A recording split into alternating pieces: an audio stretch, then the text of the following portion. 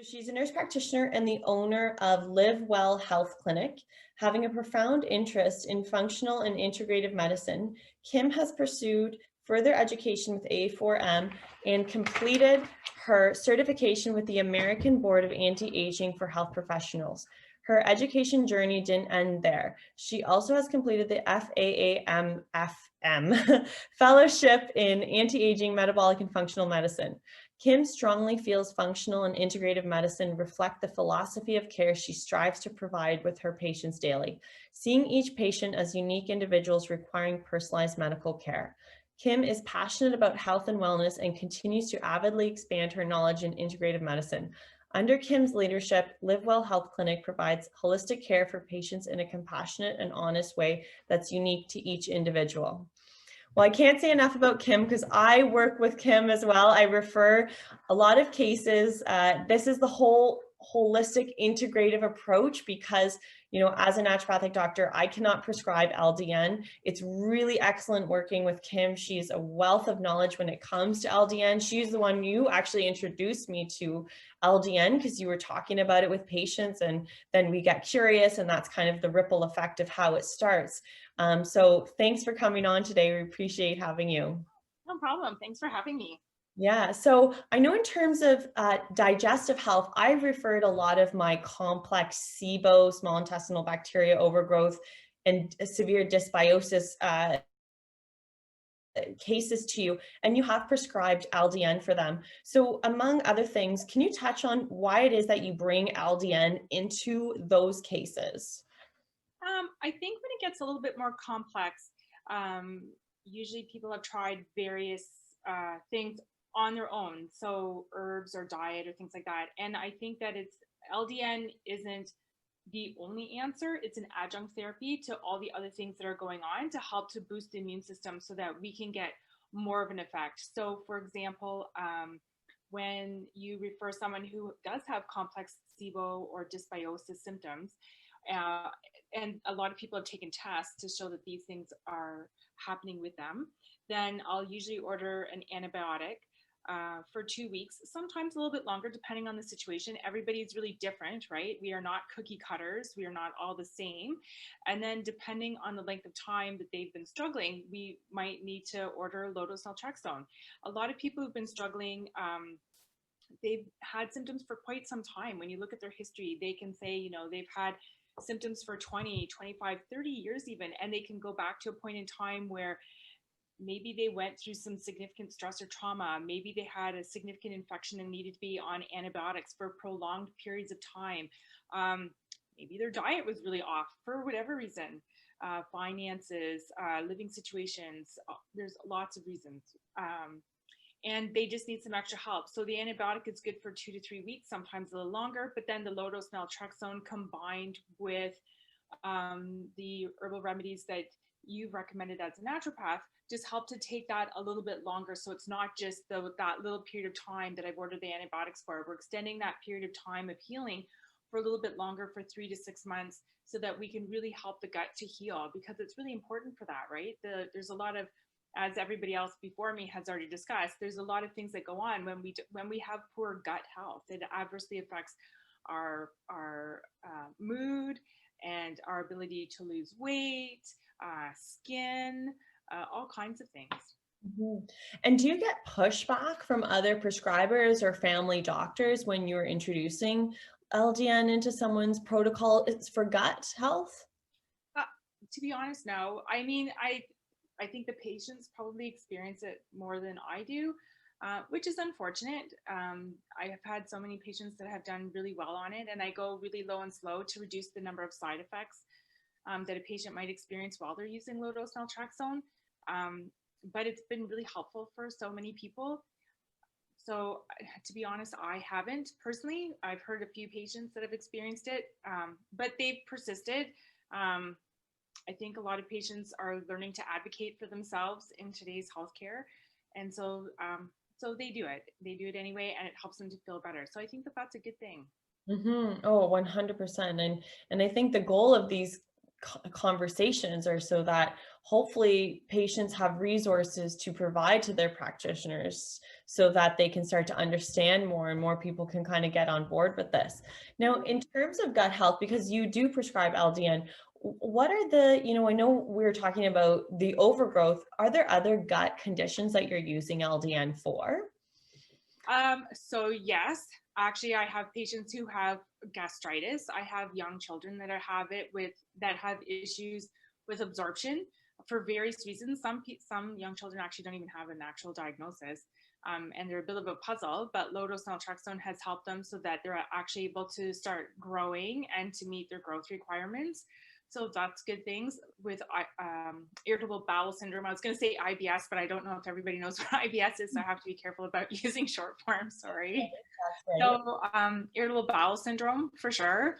Crohn's disease, there's so many of them. And again, every person is really different. Like some people, obviously when you have Crohn's, celiac, irritable bowel, those are lifelong things that people struggle with. So sometimes those people are on those things every day, and gastritis as well.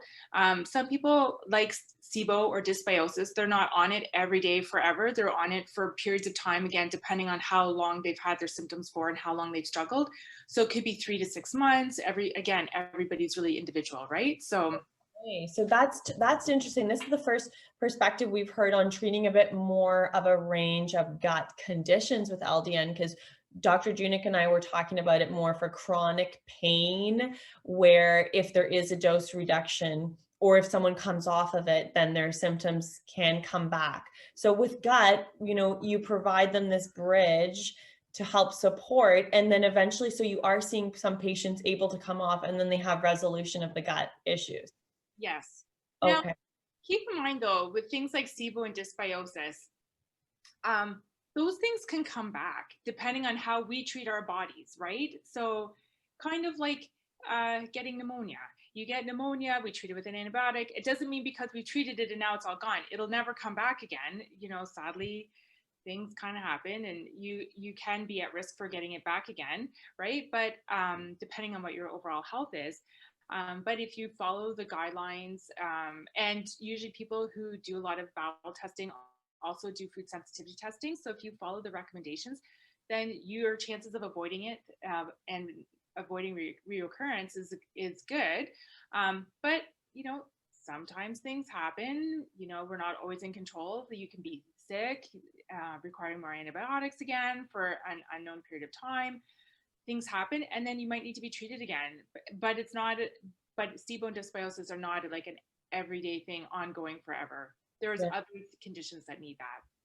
For sure. And I mean, I think that's one of the challenges with the complex gut conditions is, how strict and regimented we are. And then when it's over, with people who are like, oh, thank God it's done. And It's then true. I hear that all the time, actually. the Yeah. reintroduction and kind of integrating it back into your life can often be the most challenging part. And so that's why having a therapeutic, at least to kind of help control symptoms, I think, so people can figure that out without having to start all over again, can be really, really beneficial. Yeah. And I think once people have gone through it once, they've spoken with a naturopath, they kind of have an idea of what they need to do to help themselves. Some people are able to start things immediately when they start feeling symptoms, so that maybe they don't even need low-dose naltrexone or antibiotics to help them with SIBO and dysbiosis, because they recognize that, there's a little bit of a blip for whatever reason. They're starting to recognize the symptoms a lot earlier, so they can start their treatment or speak to a naturopath a whole lot sooner, which is good. I'm not saying that I need to be the one that they need to see every time. I think that it's good for people to be proactive, and I so support the naturopaths. It's really excellent, I think, working with them, and I learn a lot, so it's great. Yeah. And so do you think is digestive health, I know you did the A4M fellowship and all that, is digestive health one of the specialties that you do, or do you do a lot more kind of hormone support as well? Do you know what? I do both, and it's funny because when you're taking the courses through A4M, whether it's cardiology, neurology, hormone health, like gut health is through the whole thing. What we are, essentially what we eat. 70% of the receptors go from the gut to the brain, and much fewer go from the brain to the gut. So when they say we are what we eat, they really do mean we are what we eat, right? So when we eat junk, that's how our body is going to respond, right? With just, it's not going to be optimal. It's not going to be the best that we can be. I'm not saying you could never have chocolate cake and a glass of wine. I'm not saying that's never going to happen. But when we inundate our bodies with so much food that it's not really healthy for us, we don't get the best performance. It's kind of like if you have a Ferrari, you would never put regular gas in a Ferrari, but yet we put junk in our bodies and expect Ferrari performance. Like, you can't do that. You have to treat your body well all of the time. And it's hard. It is hard because we're used to, especially during COVID, it's difficult times because, you know, if we're afraid of going to the grocery store, then we don't want to buy fresh veggies all the time because they go bad so fast. And that means we'd have to go grocery shopping again. So it's convenient to buy processed foods. You know, I get it. It's difficult. These are difficult times for sure. Yeah, I like the whole thing. It's kind of choose your hard right now. Everything's hard. So you choose what it is that's important. That's going to be a challenge, but you make that a priority in your life.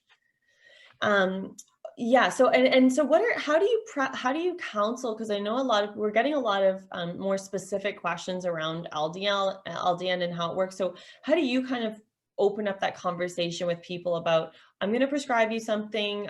You might have not heard about it because everybody's heard of antibiotics. But it is one of those things that people are not familiar with. So I think it'd be interesting to hear your spiel on it that you would tell patients before you give it to them. Okay. Well, usually, so when I'm with a patient, I've read everything that I've been given by the naturopaths that I've referred. And I listen to the patient's story to hear what it is that they have to say in their struggle, how long they've struggled, what they've tried, what they haven't tried, what worked, what didn't work. And we go through the whole thing. Again, sometimes some people look for the quick fix, but, you know, I tell them, you know, going on an antibiotic will help for the first few weeks, but, you know, sometimes we need some additional healing and support for the next few months past this point. And so I ask them, you know, have you ever heard of something called low-dose Naltrexone? And I tell people, I'm not asking you to commit now. And everybody goes on Google nowadays. So I always tell them, before you commit to anything, I want you to talk to Adam, our pharmacist, Adam and Grace. They're awesome. You can talk to them, talk to the naturopath and see what they think and see how it's going to blend in with what you're doing. And I want you to go online and look it up and see what you think. And I want you to look up, if I think that you might have this diagnosis. So I want you to go online and look it up. You know, does this match what it is that you're feeling and what you're expressing to me? And is this something that we can work with? And after you're done speaking with them, if you want me to start using low-dose Naltrexone, no problem, because I want people to be informed. I don't want them to go, what is this new thing that she's trying to get me to take? I don't know what this is, and is it really going to work? So I encourage people to speak to other people, so that they get a better idea of what it is that I'm doing and how I'm doing it. Now, when we talk about dosing, oftentimes I find prescribers go kind of fast with the prescribing. So they start at 1.5 and they go up by 1.5 every 2 weeks until you get to 4.5. But I actually start lower. I've spoken to many different pharmacists about this to get an idea of what we can do to avoid any kind of side effects. Not that I actually have a lot of patients who have side effects, but I also go a lot lower and slower to avoid those. So I started 0.5 and I go 0.5 and I increase by 0.5 every 2 weeks until I get to 4.5. Unless, of course, you start having side effects. Like if you were great at 3, but going to 3.5 gave you side effects, you just go back to 3. 4.5 is a goal, but not the goal. Like, again, we're not cookie cutters. Everybody's not the same. So we're not all going to get to the same endpoint, but we try to get to where we can. And sometimes we need to hang out at a certain dose for a period of time. Again, everybody's different, before we try adjusting the dose again. And just by going at a pace that works best for you, the patient, that actually helps us to work with your body as your body adjusts and starts to heal. It's not our agenda. We're trying to create a plan of care that works best for people. We're trying to make them feel better, not worse. So yeah. That's probably really refreshing and empowering for people to hear, because they're like, you know, maybe it takes them 4 weeks to get up to the next dose. For sure. There are some people that take a lot longer. There's some people that go once a month, they increase by 0.5.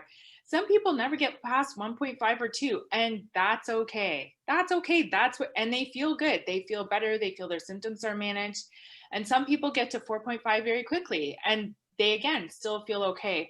We're trying to avoid side effects. So common side effects can be increased anxiety or difficulty sleeping or vivid dreams.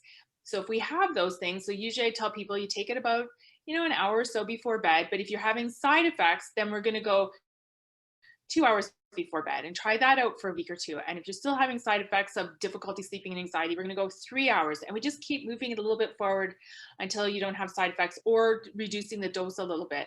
So I found that that has been really helpful for people.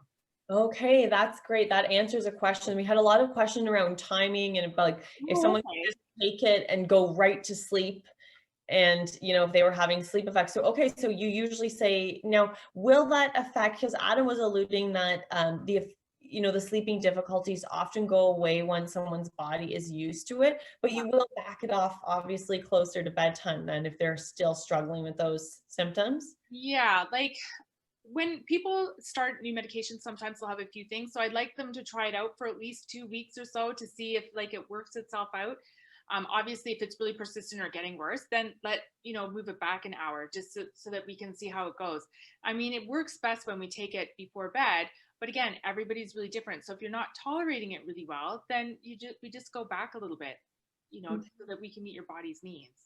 For sure. And what do you use it the most, like what's the most common condition? And I mean, there might be several that you Oh. typically prescribe it. I know it's a hard question on the spot, that you prescribe it for in your practice. um I would think that the most common things would be, so gut issues for sure. So I wouldn't put it to any one gut issue, because there's a few that I use it a lot for, but also hypothyroid.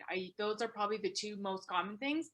I do use it for conditions like MS, and Graves' disease and alopecia. I've used it So for you are using it for Graves. That was another question that we had, and I don't have experience with that, and Dr. Yusuf didn't. So can you speak to that a little bit? yeah. So again, low-dose naltrexone is not used all by itself, whether it's Hashimoto's or Graves. It's not that we're going to abandon everything else, but hopefully by using low-dose naltrexone, we're going to decrease the need for the amount of medication you're going to need. So instead of using a full dose of whatever, whether it's Tapazole, obviously for Graves, but whether maybe we can help to reduce the dose, and by reducing the dose, maybe we can also reduce the symptoms that you're experiencing from the Graves' disease. So it's not, low-dose naltrexone is not a cure-all. We're not curing Hashimoto's. We're not curing Graves' disease. We're not curing MS. That's not the point. But it's to help to reduce symptoms that you might experience from these things, and help to reduce the number of medications that you might need to take, so that you feel better. We're optimizing your health as much as possible. Yes, and that is the recurring theme that we kind of keep Mm-hmm. hashing on a little bit, is that we don't want to have this discussion just to go on and on about low dose naltrexone. And for those who are listening are probably noticing that we're talking about a whole bunch of other stuff. Yes. And that's because we have to, because we know at the end of the day, maybe the people that aren't responding as well to LDN, because we're not touching on other areas. So if we absolutely have to, and if you don't talk about diet with someone, or if you don't talk about sleep and that sort of thing, I'm sure the effects, it would be really interesting to see how someone would actually, the effects of LDN, if you can modulate them from getting someone to sleep really well and cleaning up their diet, potentially, improving how they actually respond to that medication. Well, and I find sometimes when I have patients come to me, they think that all they need is only low-dose naltrexone.